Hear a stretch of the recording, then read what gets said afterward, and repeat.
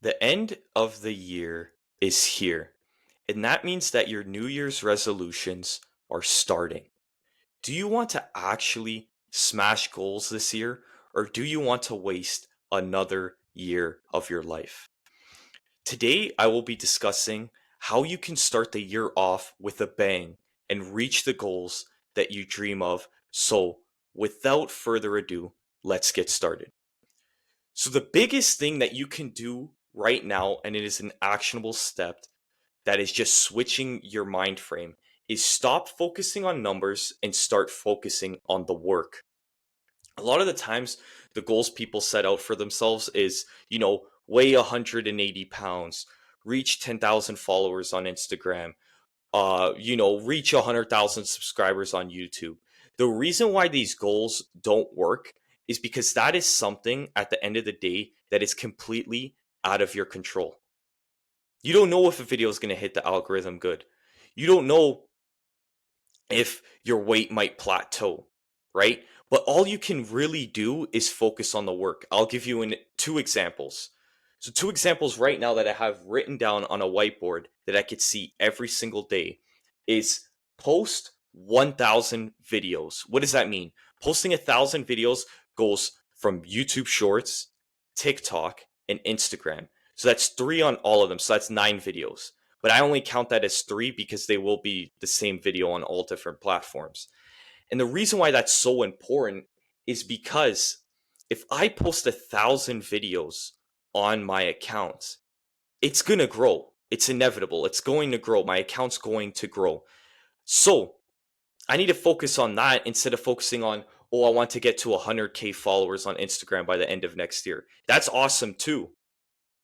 But that is not the point. The point is that you have the work goal instead of the numbers goal because you can't control that. I could post 1,000 videos and gain 100 followers, right? Or I could post 1,000 videos and gain 1 million. I can't control that, but I can control the work I put in and the content that I create. So no matter what goal you have right now, focus on the work and not the reward and not the number, that specific number. That's we get too tied into that. We think, oh, I want to have this, I want to have this much money, I want to have this at the end of the year, whatever that looks like. And that's not the way to go about it. You need to have work goals, you need to have task goals because that is what sets you free. Another one is 200 podcasts by the end of the year.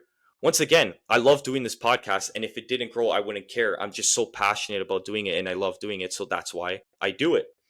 But one of the things is post 200 episodes.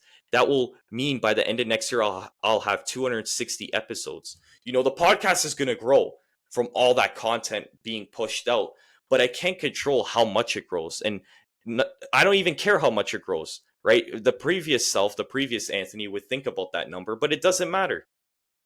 So that's the best thing you can do right now is when you set your goals for this year is have that already in mind. Okay.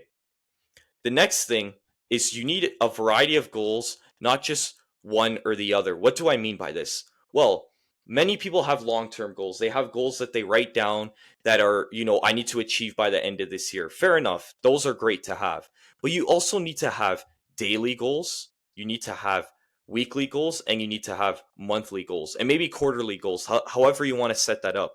But it needs to be a wide range of different types of goals in order to achieve that, right? I have a very lofty goal, but if your goals don't scare you, they're not big enough. One of them is read 100 books by the end of the year, right? If that's the case, I need to read at least, it's crazy, but I need to read at least 2 books a week, right? And that's very difficult, obviously. But right now, I'm starting with 3 books a month, right? And you may say you're nowhere near on track to reach your goal. Yes, I understand that, but this first month is looking very busy for me. So that's why I have it set up that way. But you see what I mean? Now I have a monthly goal. I have a yearly goal when it comes to books, and I have a monthly goal when it comes to books. So that's very important. You need to have a wide range of things, and weekly goals are the best as well because they give you that confidence to keep pushing forward. Because a weekly goal that you set out for yourself, it's got to be reasonable, and when you achieve it, you feel good about yourself and you move on to the next one. So that's why it's so important to have a variety of different types of goals and not just one long-term goal, right? The next thing that you can do in order to achieve those goals, and this is the single best thing that helped me this year with making progress in my life, and that was creating a daily schedule and a task list. You cannot wake up in the morning and not know what you have to do, what has to get done, right? Many people want to go to the gym and they say, tomorrow I'm going to go to the gym, but they don't have a set blocked out time of when they're going to go. And that's why they procrastinate and that's why they fail to go that day. So the best thing you can do is have a schedule, build yourself a routine. I have mine on Google Calendar, for example. You don't have to use that. You could use whatever you want. But you just need a routine that you could follow on a consistent basis. People say, oh, but I can't follow my routine every single day. Obviously, certain things come up in your life. You might have some responsibilities that prohibit you from achieving that goal for that day. But the best thing you could do right now is just create a schedule that you know you can consistently stick to if it's 90-80% of the time. And just so you know, when you wake up, you know exactly what needs to be done. Maybe you need to wake up an hour or two earlier in order to get things done. But then when you wake up at 6 a.m., you know what you have to go do. You don't wake up at 6 a.m. and be like, oh, I could get an extra hour of sleep because I have nothing planned. You need to have a plan. And that's why the task list in itself is so important. Because, yeah, you could have a daily schedule where it looks like, I'm going to the gym at this time, but maybe you want to film content as well. So then you write down on that task list for that specific day and you change it every single day. And you're like, I need to film 3 videos. Okay. Then you do that. And those are the types of tasks that are changed every single day to fit with that day and what needs to be done. So if you could start the year off by creating a daily schedule that you follow on a consistent basis, and then also have a daily task list of work that needs to be done, I am telling you, those goals that you are setting out for yourself will be achieved because you have direction. You have purpose for waking up. You have purpose to work towards those goals. So have that. And please keep that in mind. If you could take one thing from this whole entire video, it would just be that is have a daily schedule, create a task list, and boom, you are now more productive. The next thing that is very important for this year and when it comes to goal setting is have your long-term goals written down on a place you can always see them, right? I have a whiteboard right beside my bed and it has all the goals I have for the year. For example, wake up at 4 a.m. I have 0 out of 365. So every single day that I wake up at 4 a.m. or I don't wake up at 4 a.m., that board gets changed, right? Right now it's at 0 because the time of me filming this is the 30th of December. So when it turns to the 1st, if I wake up at 4 on the 1st, I'm changing that 0 to a 1. And I'm going to keep changing that. And it's going to be in my mind all the time because I'm seeing it every day. Not only am I seeing it every day, I'm working on it every single day.